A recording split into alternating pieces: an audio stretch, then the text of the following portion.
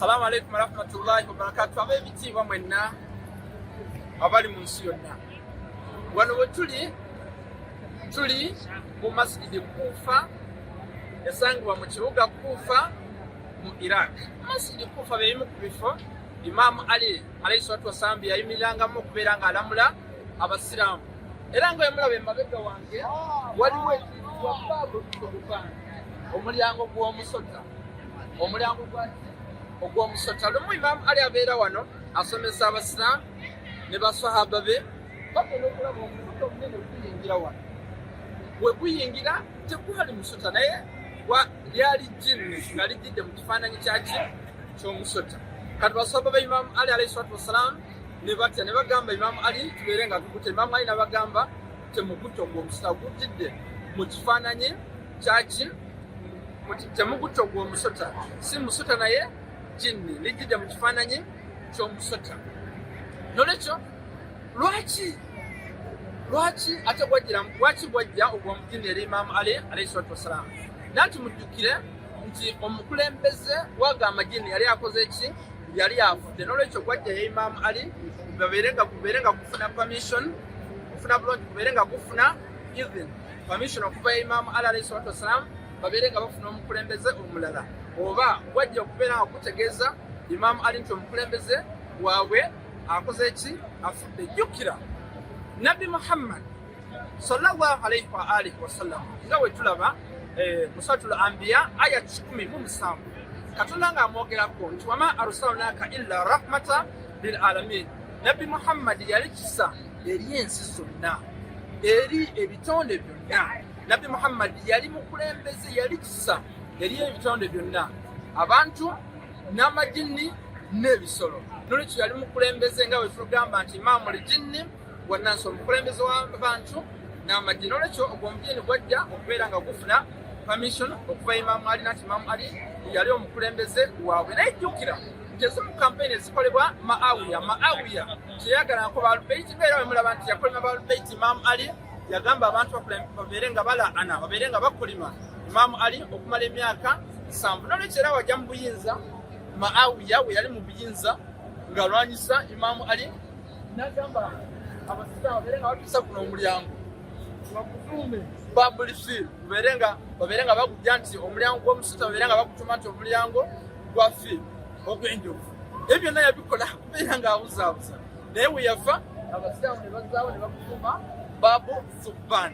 Nolwekyo ebimu ku fadaa'il ebirungi bya Imam Ali mu Masjid Kufah kiraga nti yali mukulembeze w'abantu n'amajjinni. Ekifo kino kyennyini kirimu makamu Ibrahim, makamu Nuhu, bannabi baali basizza wano. Allah abamu bawangaliranga wano, ng'era bemumanyi nti mu Iraq bannabi abasinga bangi nnyo baziikibwa wano.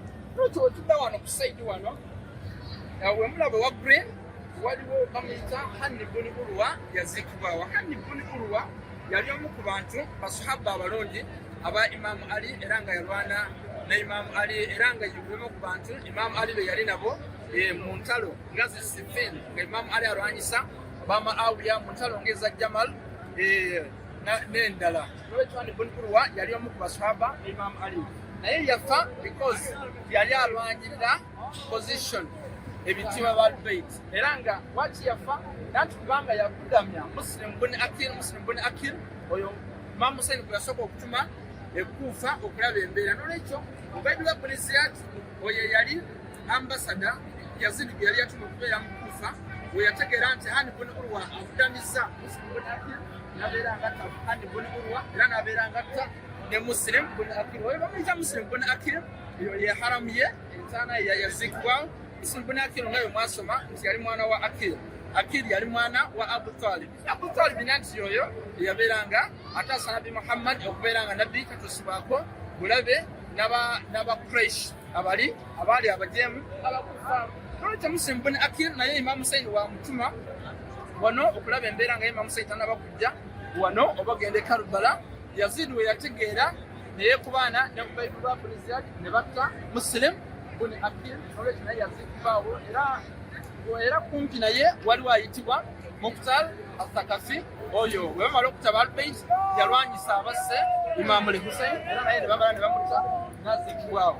wano wetudda wano mulengere wali bayitawo mihirabu Imaamu Ali awo wali kintu za green mulengere ekipande ekyo bakita mihirabu Imaamu Ali awo wenyini nanti wali mihirabu Imaamu Ali weyabeeranga asaalizanga abasiraamu awo wenyini Imaamu Ali alayhi salatu wassalam era nga 19 Ramadan Imaamu Ali yali awo ng'asaala Abdurrahman ibn Muljim najja nabeera ng'akola ki amukuba ekiso ekyaliko obutwa era ekyaleetera Imaamu Ali ibn Abi Talib okubeera ng'ava mwene ensi.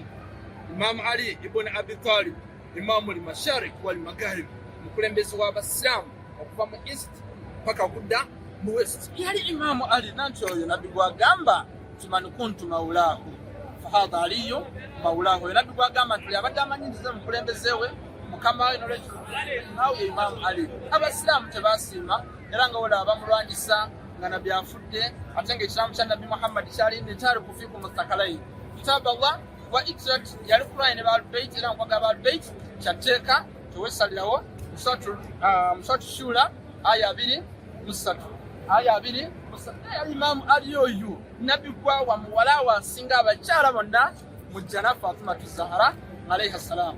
Yali Imaamu Ali alayhi salatu wassalam oyo yatta Amr ibn Abdul Widdi mu ntalo Khandak Ahzab n'endala.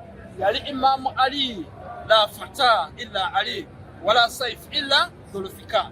Yatasanga obusiraamu yatasanga nabbi oyo Ali n'ekiso kyekyo ekyakulawo obusiraamu nga kitta ebyonziira abatagala obusiraamu. Nolwekyo Imaamu Ali bamutirawo wano weza kutusizaamu empanju emabega awo wewali enju ya Imaamu Ali alayhi salatu wassalam yali awangaalira era emabega awo wenyini wewali olubiri oluyitibwa Kasri Ubaydullah ibn Ziyad oyo yali Yazidi gwe yalonda nga okubeera nga ambasada we wano mu Kufah yali naye abeerawo. Nolwekyo kifo kya kitiibwa kino banabbi Ibrahimu bano bonna basinza wano Allah era nga kifo kya kitiibwa Masjid Kufah. Wassalamu alaikum warahmatullahi wabarakatuh.